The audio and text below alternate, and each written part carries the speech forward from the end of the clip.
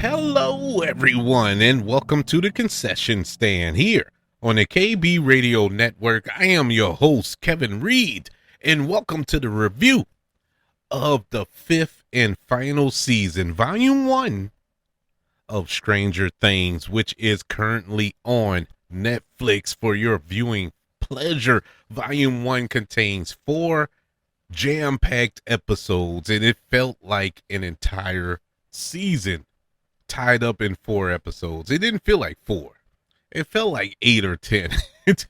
But not in a good way. Not like it was long and dragged out. It was so much story contained in those 4 episodes that I was like, man, this they could have wrapped up the season with this, but the promise of more, man, sign me up.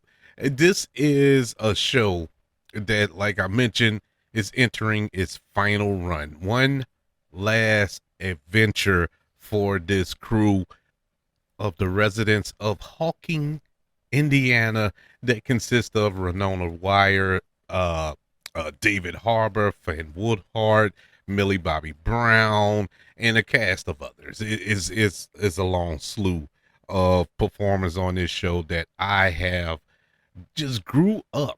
Well, I didn't grow up. I was grown when the show came out, but it feels like those kids grew up before our eyes, which they did. You know, we got cast members on this show that are currently married with children.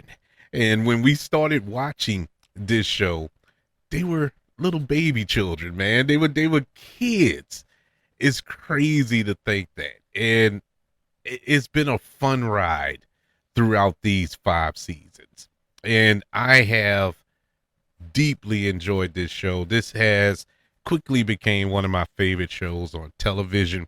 This show is, like I said, highly anticipated going into the final season. How will they wrap up this story that has captivated the world since it dropped on Netflix, the first season many years ago? And I it's it's rare that I watch a show that I never pick up my phone to do something, to doom scroll through Twitter or Facebook or something, or play a game while I listen to it in the background or something.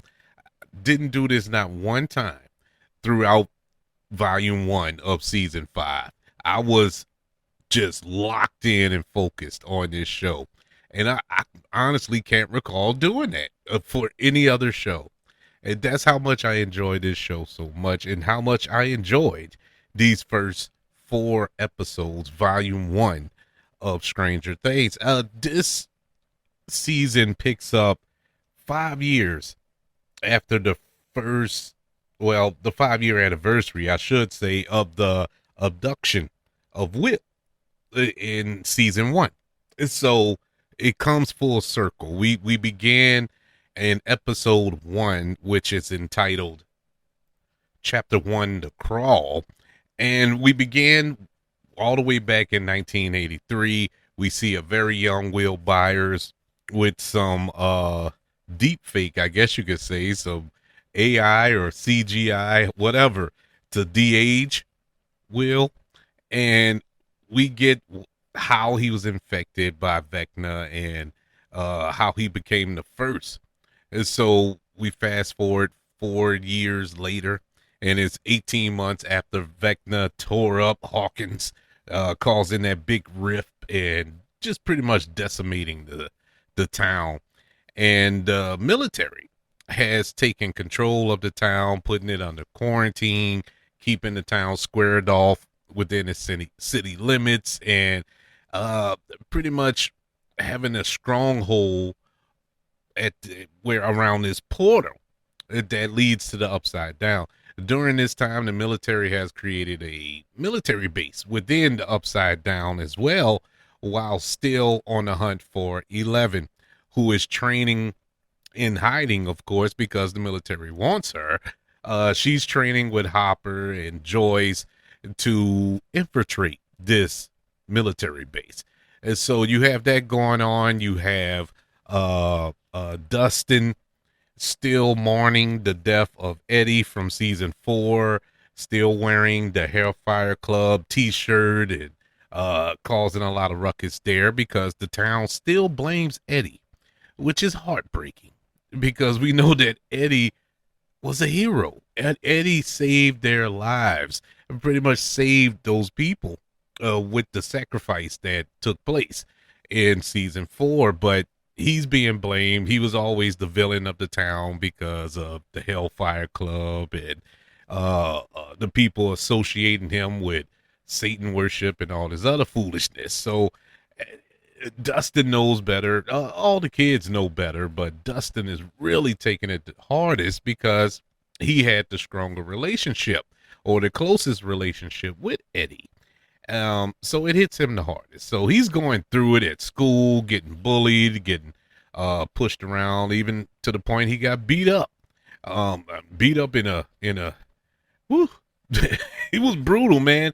I mean, it was borderline almost to death by these bullies later on in this episode. And so the reason for the crawl, they call the crawl the infiltration, at least our group who we follow, the heroes, traveling through the upside down to try to find where Vecna is. All the while we have this little side story that turns out to be a bigger story moving forward with Mike and Nancy's younger sister, Holly. She has a quote unquote imaginary friend, this invisible stranger, if you will, Mr. What they call it, Mr. What's It, I think was the name. I didn't read A Wrinkle in Time, so I don't know what that is. But anyway, Mr. What Kiss, what is, or whatever. We find out later it's Vecna, so we'll roll with that. So she's having this talking to this friend. Everybody thinks that she's crazy or she's just a kid with an imaginary friend and blah blah blah.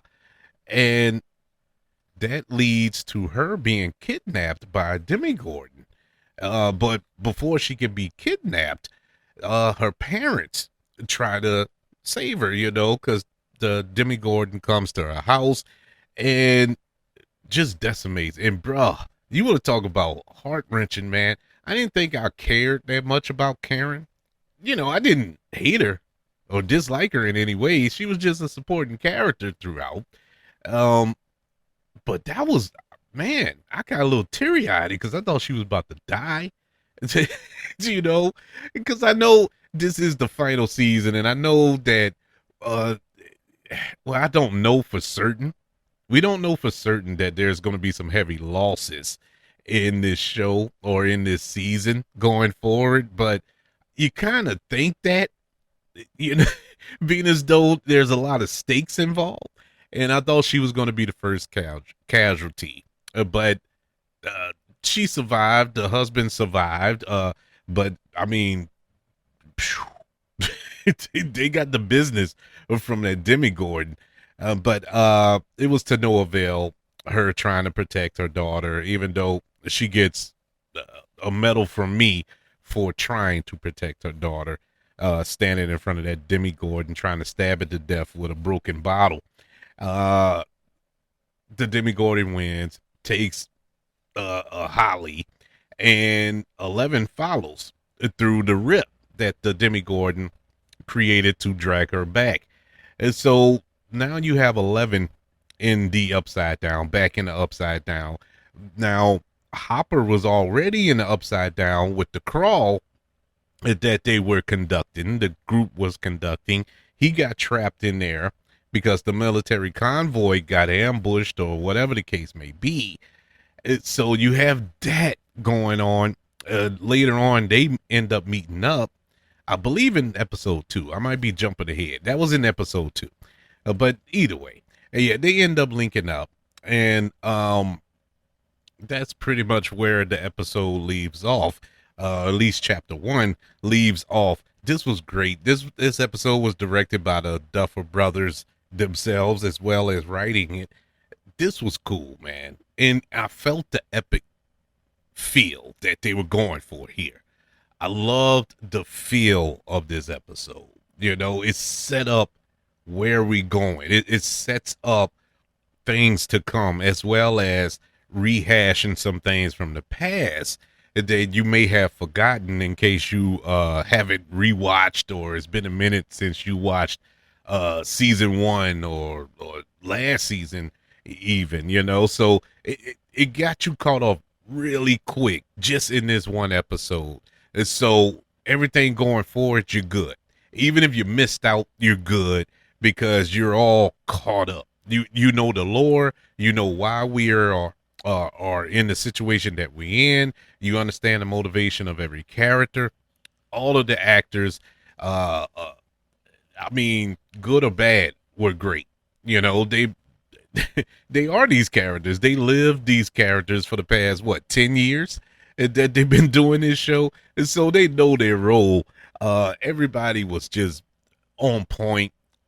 It was good to see our newcomer to the show, Linda Hamilton, who plays the antagonist this season. She plays a major general in the military that is set up there in Hawkins, and so she is the head, the main gooba there for the military, who is hunting 11 down, and she is owning it. That you only get like one scene in episode one of her, but it expands in the fourth is it the fourth one or the third one? It's the fourth one, and that it really expands. But her presence alone, she just brings a certain gravitas to her. I mean, it's Sarah Connor, man. You had to put her in here with so many homages to the 80s that this show does, to pop culture that this show does. How could you avoid Linda Hamilton? She is the hero of the 80s, stemming from the Terminator films. And so I was all in from this moment. I knew that the high expectations that I set were going to be met because they're already halfway there with me. And that was just from episode one. And so we move on to episode two, which is entitled Chapter 2, The Vanishing of Holly Wheeler. I failed to mention one character from the first episode, and that was Max. And the reason I failed to mention her because she wasn't in it. She is still in her coma. She's still dealing with the effects of her ordeal in season 4, when she was blinded and pretty much every limb was broken by Vecna when she was being taken over by Vecna. So she is still in the hospital. And I guess one of the biggest questions going into this season was, what happened to Max? How is Max recovering from this? Well, she hasn't yet.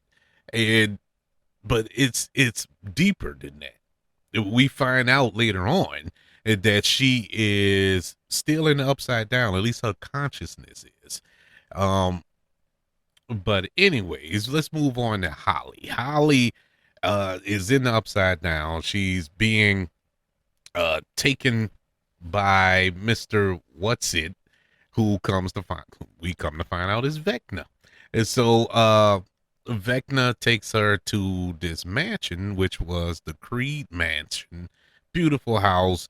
The house is all hers. He leaves her there. He's his charming self, and he pretty much woos her and convince her that this is the place to be. This is where you'll be safe, and so on and so forth, as he goes to get more children.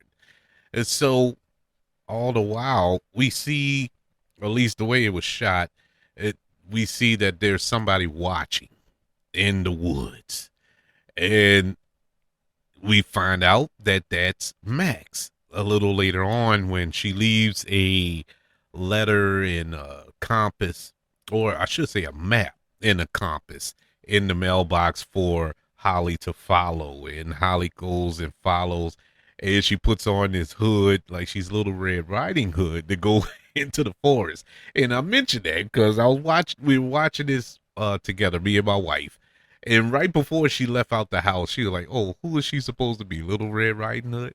And she puts on as soon as she said that, she put this hood on, and my wife just turned and said, "Well, I was right." Um, and I'm sitting there like, how did you clock that? Where did you see? Where did you catch that? Because I didn't catch it. And so we find out that it is Max. Max comes and finds her in the woods. Now before that, Vector or Henry, whatever you want to call him, told her don't go in the woods. Told Holly stay in the house, don't go in the woods.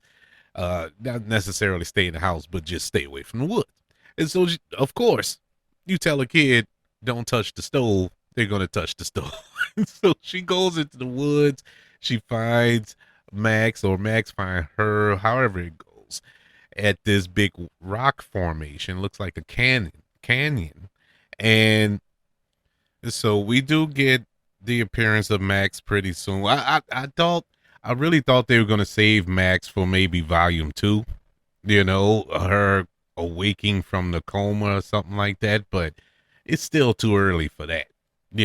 Logically, and I know I'm speaking logic in a show that deals with the upside down and Demi Gordon and all this other stuff, but it makes more sense that she physically is still in that coma. But nothing else out of this episode really is worth talking about other than that, at least appealed to me. That's what I enjoyed from this episode more, was Holly and her little journey there. I mean, I guess you could say 11 and Hopper being in the upside down, them having, I guess, more of a father-daughter breakthrough, if you will.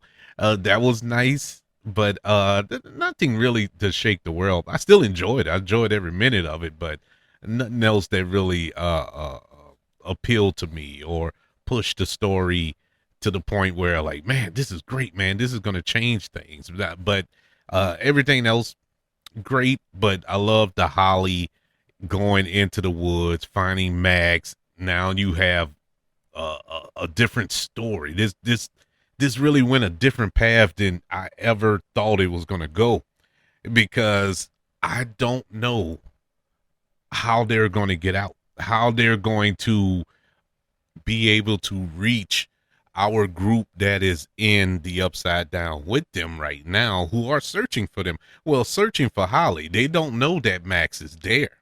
And so there's a lot there as well, but they're kind of stuck in this canyon of this mountain range that they can't really leave, because it's the one spot Vector can't go into, that Max explains later, I think in episode 3, if I'm not mistaken. But I'm interested to see how that go. Yeah, at least an explanation as to why they are, or I should say, Vector can't go in there, or is scared, because Max described it as he was terrified. In his acting here, man, the actor who plays Henry, I can't think of his name off the top of my head. He nailed that scene. He nailed that look of terror. I mean, pure terror, to the point where I felt sorry for him. It's something happened. Now, he was in the Boy Scouts as a little boy, and so my mind immediately went to some kind of sexual assault that took place, because we know the history. I'm not making something up. Come on, really. Y'all heard the stories. I know I've heard them. And so I know if you heard them. And that is frightening.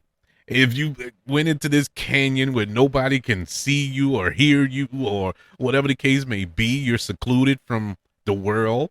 That's a perfect place for a predator, I would think. I don't know. I don't know what a predator truly thinks, because I'm not one.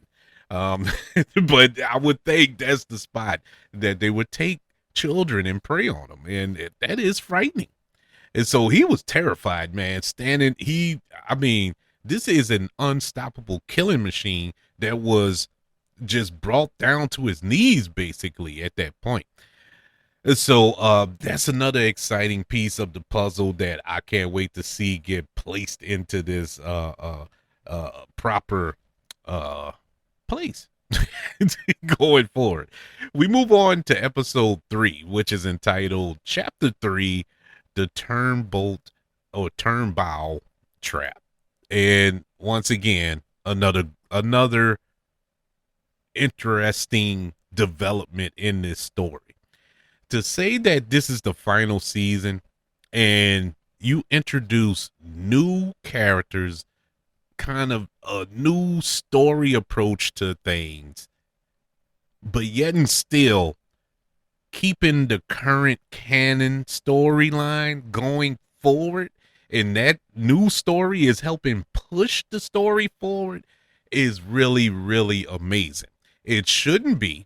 It should be easy for filmmakers to do that, but it's not. Most filmmakers don't, man. You watch movies and TV shows where things just don't line up. They just put stuff in it to be in it, and it doesn't hold any merit, doesn't push the story along, doesn't help you get more interested in what's going on. It gets depressing at times. But now in this show, they found the formula. They found the key to do it. This was cool, man. We get introduced to a new character, Derek, who ironically is the bully that picked on Holly at school. This little kid. And the whole family is bullies. from the mom to the dad to the sister. They're bullies or idiots, the most unlikable people you can think of. Pretentious, uh, uh, just arrogant and everything. Whatever you can think of, that's what they are. And so you have that, and the mission is, well, let me start like this. Will can feel the demigorgons. He feels them every time they come around. It's like he's a part of them now. So he has developed this new superpower, if you will, and we'll get to superpowers later in the next episode. But he's developed this new ability to, whereas when the demigorgons are close by, he feels them.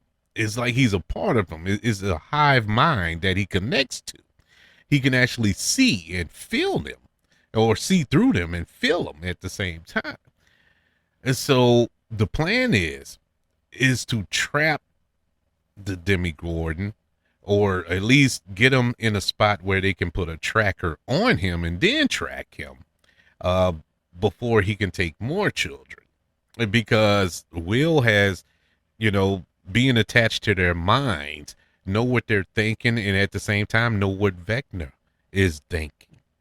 And so he knows that Vecna is after these children and so on and so forth. So the group, they devise a plan. Well, we're going to track the demigorgon. And so if we're able to track where he's heading, that may be where Holly is being held, and we can get her, So great plan. The execution was even better. They pulled out this kind of a Home Alone homage there when they when the demigorgon was in that house to take Derek, setting up all these traps. Beautiful scene. Though the montage of them tearing that house apart was hilarious to me, because all I could think about is, okay, you knock these people out, you drug them, but eventually they're gonna have to go back home. And who is going to explain the fact that there's a giant hole with with barbed wire at the bottom? Who's going to explain the torn ceiling, the hole in the ceiling, and all this other stuff? Who's going to explain all this stuff? But at the time, who cares? Who cares? This was a cool scene. That was a cool little scene to see the team working together. Everybody played their part. The biggest part played here is by sneakily my slick style favorite character on the show, and that is Erica. I love Erica, man. Erica is a beast in the fact that she is in her mid 20s, I think, or maybe even late 20s, but she's playing a high school. I don't even think she's in high school on the show. Am I wrong? She's supposed to be the younger sister, the much younger sister of I'm about to say Caleb, but that's the guy who plays Lucas. And she's supposed to be the much younger sister of Lucas. And so she might be in middle school or just in high school. But she is in her 20s, deep in her 20s. But she plays this little kid perfectly. Well, let me put it in perspective here, because I think at this point, the kids that we've been following, Mike, Lucas, Dustin, Will, I think they're 16, maybe 17, maybe 17. So that would mean she would be around 13, 14 she's playing on the show. Anyways, it doesn't matter. It doesn't matter, but it's just funny to me. It's hilarious to me that she plays it so well. I really believed, and this is me. I found this out after season 4, and I was amazed by it. And so I'm going into this season with this knowledge, and I'm looking for a grown woman. I'm looking for that, but I couldn't find it in her performance. That's why I'm so amazed by it. I thought it was cool, but she plays this character awesomely. And so her position in this plan is to infiltrate the Turnbolt house. But because she was friends with the sister, but they had a falling out a few days ago. So now she has to go and make up with him, right? Or make up with her so she can go in the house and give them this pie that has the drugs, so they can be all of them can be knocked out or whatever. And so the the part that sold it is when she came to the door, and she came and she apologized to the girl. I think her name is Tina. She apologized to Tina, and she has tears running down her face, and I mean, she was all in on this performance. She sold it that she was so sorry and all this. It was hilarious. And so the girl obviously accepts it. They bring the pie in. Everybody's eating the pie except for Tina. And so when everybody was eating the pie, and she's trying to convince Tina to eat some. And Tina's like, no, I got to watch my calories and blah, blah, blah. She's like, no, I brought it for you and all this. The girl refused to eat the pie. And so everybody else is passing out from the drugs. And Tina's freaking out. She's like, what's going on? Call 911. So now Erica has her time to shine. She has a syringe as a backup plan with the drug in it. And she just goes and stabs the girl in the neck. It gives her the drug. It was that whole scene was just beautifully done by Erica. Great addition to the show. To say that she's the comic relief, and all of them are funny. Everybody is funny on this show, but my God, Erica is a national treasure, bro. She is great. This was a interesting episode because of Derek. And Derek started off as the bully.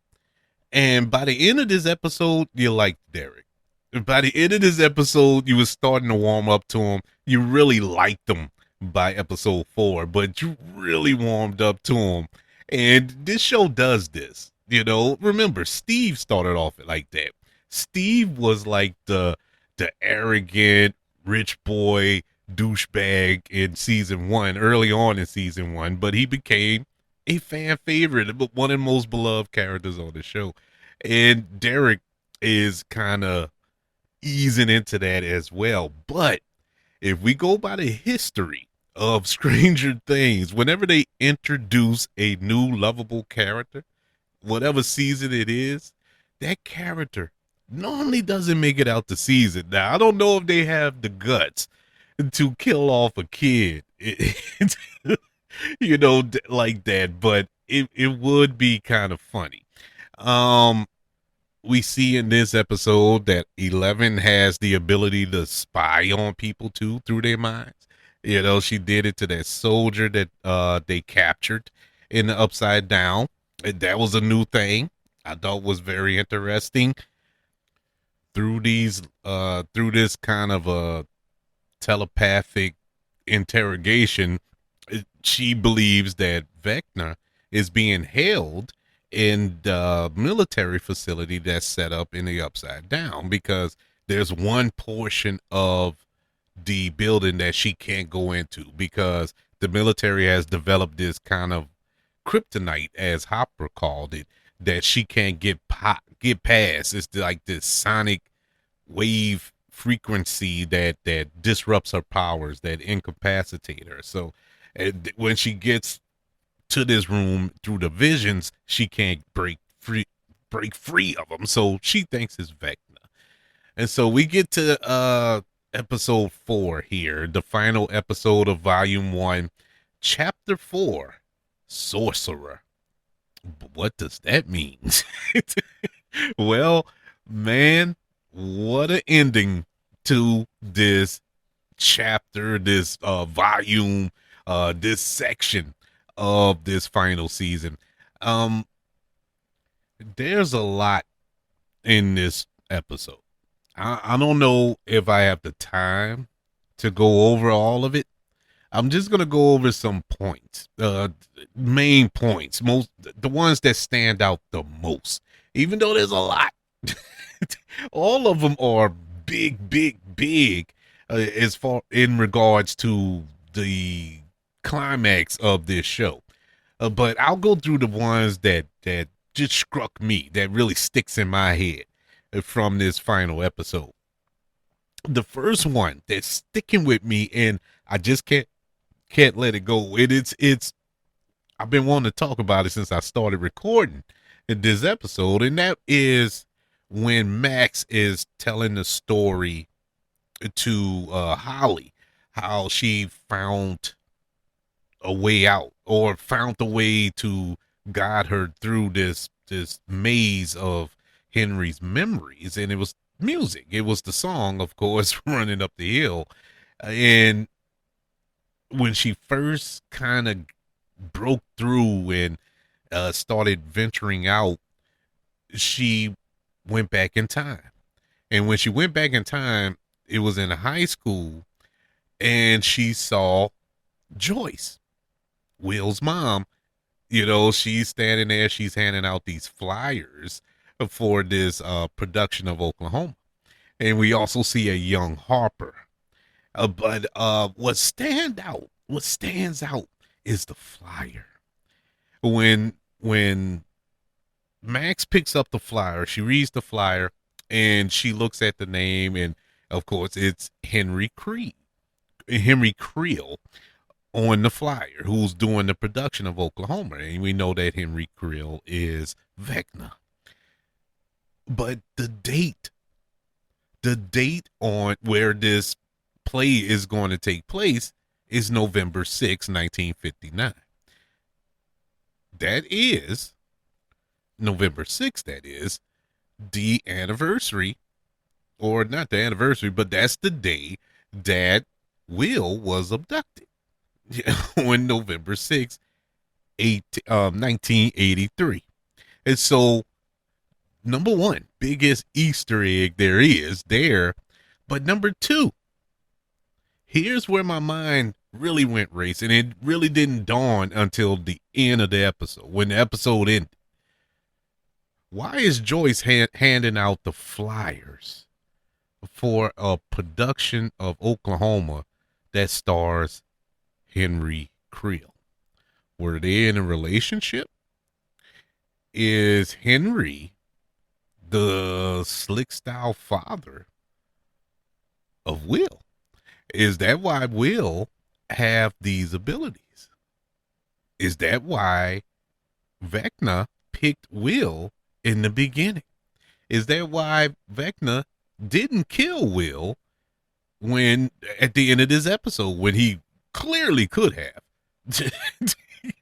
He could have just demolished him at the end, but he didn't. He talked to him. He talked to him lovingly. He talked to him. I'm not going to say like a father to son per se, but eh, there's something there. There's something there. I don't know, but like the show, this these first four episodes really harped on coincidences and do you believe in coincidences or not? And there's a lot of coincidences that have taken place throughout these four episodes with the Easter eggs and the references and so on and so forth. I'm just saying, just throwing it out. Just throwing that out there, bro. That was my biggest one. Another takeaway from this final episode of the volume is that Linda Hamilton's character is a bigger threat to me than Vecna. She appears to be more terrifying than the Upside Down man. I mean, you got to have a few screws loose in order to set up a base in the Upside Down and be willy-nilly with it. To have these creatures or a creature or two locked up in the office with you, like, it's nothing. And pretty much not train them, but have them figured out to the point they can do your bidding to a degree. And, and she is demented, and I know there's more there. Like it's they're setting it up that there's more to her than meets the eye.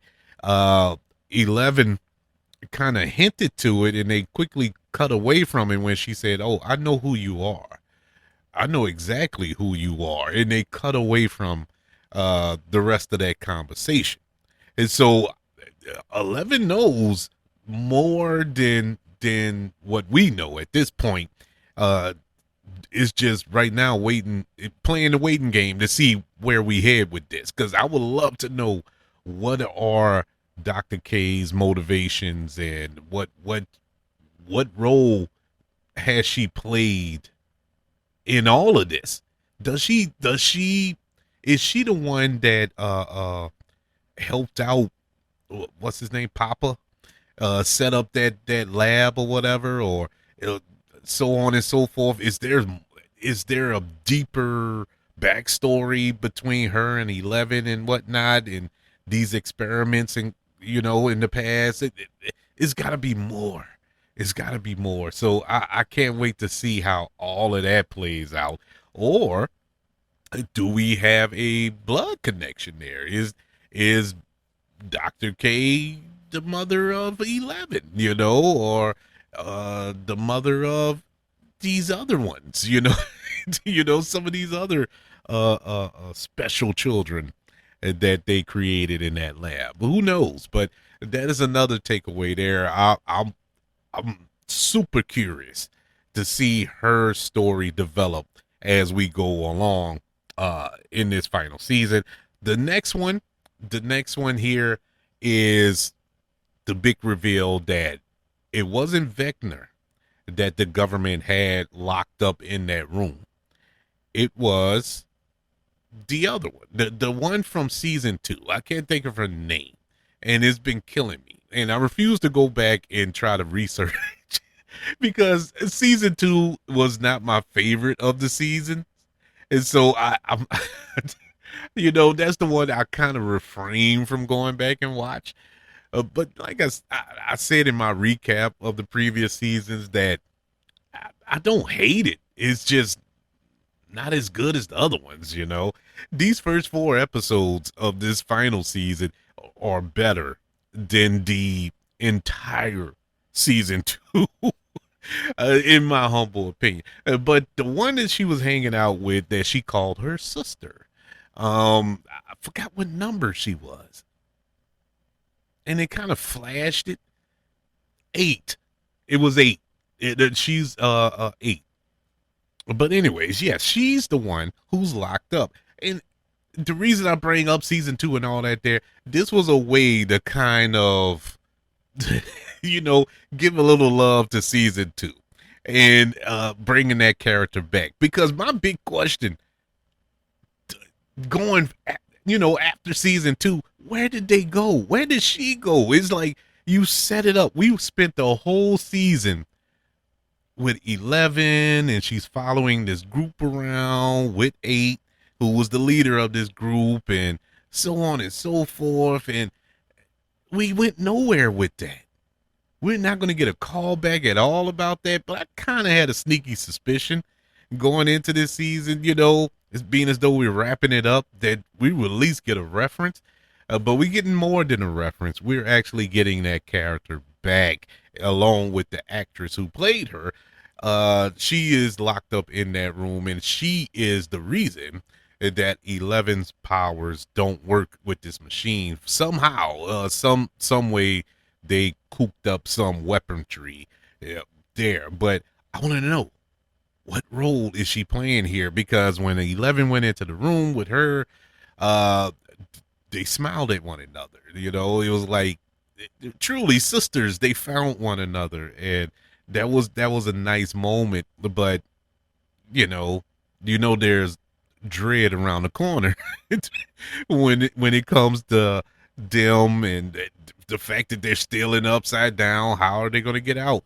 And how are they going to work together to finally vanquish Vecna? But the big one, of course, had to say the best for last. We got ourselves a superhero, people. We got ourselves a Doctor Strange in this show. We've been setting this up for 5 seasons. That Will was bigger than what he has displayed on the show so far. He's kind of been the MacGuffin, yet the background player for the majority of this run. But it's good to see that this season so far, at least this first volume, is Will centric, and he deserves it. Noah Schnapp has been killing it in the role. Love him in this role, and he deserves as much shine as possible, because all of the other kids got their shine. Mike got his shine. Lucas got his shine. Dustin's getting his shine. 11, of course, gets her shine. Even Max came in and got her shine. Not so much with Will. Will hasn't had a nice run of shine. Oh, but he's getting it now. He's getting it now. Better late than never.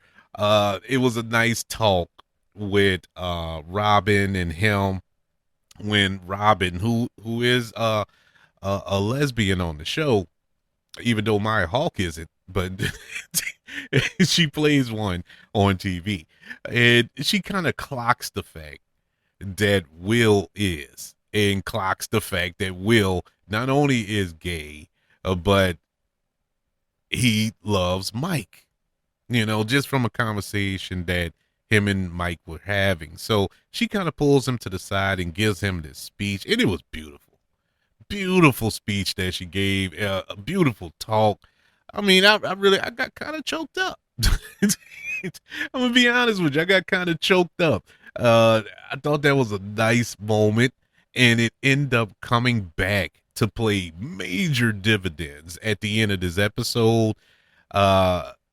Basically, the whole speech was telling Will to be who you are. Stop searching for the answers elsewhere. The answers are within you. And that's something for everybody. And it doesn't have to do with sexuality or whatever. It can be anything that is a part of you or you're struggling with mentally. Stop searching for the answer. A lot of people search for the answers at the end of the bottle, through drugs and everything else. Sometimes you just have to sit back and search within yourself. And that's all that she was saying. And that's all that Will had to do. It's like the Wizard of Oz, all that time, all she had to do was click her ruby slippers 3 times, and she would have went back home because the power was in her. And Will the moment when he took control of those demigorgons, bro. Oh my god! I almost stood up out the sofa. I was so excited, man. It was like me watching the first Avengers movie, and when Bruce Banner came and met up with the Avengers, and he's walking towards that Leviathan, and it was coming, and Cap tells him like, "Oh, now's a good time to get angry." And he's like, "That's my secret, Cap. I'm always angry." And he just turns, and as he's turning, he's transforming into the Hawke, and he punched that Leviathan. And I stood up in the theater and just clapped because that was the most awesome moment. You know, as a comic book lover and reader for since I was a little kid, that was the comic book moment coming to life for me, and it was full of excitement. This was the closest thing to that. And, you know, it's all because Will. It's like it was the biggest payoff of all time. We've been waiting 5 seasons in about 10 years for this moment to happen. And it happened. You know, they set this up from jump, you know, Will the Sorcerer, you know, in D&D. So for it to come full circle and pay off in this moment, and you know that there are bigger things to come going forward, especially when it comes to his next interaction with Vecna. Now that we know that he's unlocked this power within him, it's going to be amazing. And man, what a moment, exciting moment. And that's how volume 1 came to a close. Loved it. Loved every minute of it. Like I said, they could have ended it right there and I would have been happy. Yeah. Even with most of our heroes stuck in the in the upside down, I still would have been happy if they would have ended it right there because I have been satisfied. The fact that we're getting not one but 2 more volumes of this, I'm equally excited, man. I'm they couldn't have done this better. Honestly, man, kudos to the Duffer Brothers and Frank Darabont. Frank Darabont, he directed the 3rd episode, but the other 3 were directed by the Duffer Brothers. And in case you don't know who Frank Darabont is, I mean, crawl from under that rock. Go watch the Shawshank Redemption. Go watch The Mist. Go watch the first season of The Walking Dead. Yes, that'll be one Frank Darabont who gave us those gems. Yeah, great job. Super excited going for. I can't wait till Christmas. That's all I want. All I want for Christmas is volume 2, and we're gonna get it on Netflix. Man, this was great. I'm not even hungry for Thanksgiving. I'm full. I'm full. I don't need. Well, that's a lie. I want some turkey. I want some turkey and some cranberry sauce and dressing. That's a bald-faced lie. But yeah, my soul is full. Let's leave it there. But stomach, yeah, I can eat. What are your thoughts of Stranger Things episode 5, volume 1?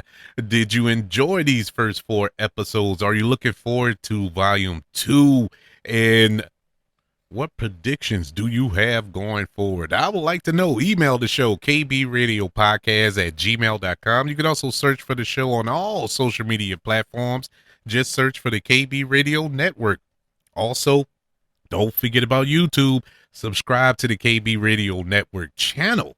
And like this video if you don't mind. Don't forget about the 5 stars, the reviews, and sharing this show if you're listening on Apple Podcasts, Spotify, iHeartRadio, wherever you are currently listening to the concession stand here on the KB Radio Network. Everybody, thank you for joining me for this recap and review of Stranger Things, Season 5, Volume 1. Everybody, have a happy Thanksgiving. I hope you enjoy your time with family, eating some good turkey, watching some football, or watching Stranger Things. It is well, I ain't gonna say it's family friendly because there's some especially that battle in the fourth episode with the military, Vecna does some pretty like gory stuff to the military forces. But just make sure you eat long before you watch that episode. But other than that, man, I hope you all enjoy your Thanksgiving. Be well. Want you all to know that I love you. Continue to love everyone. And until we speak again, you all be blessed.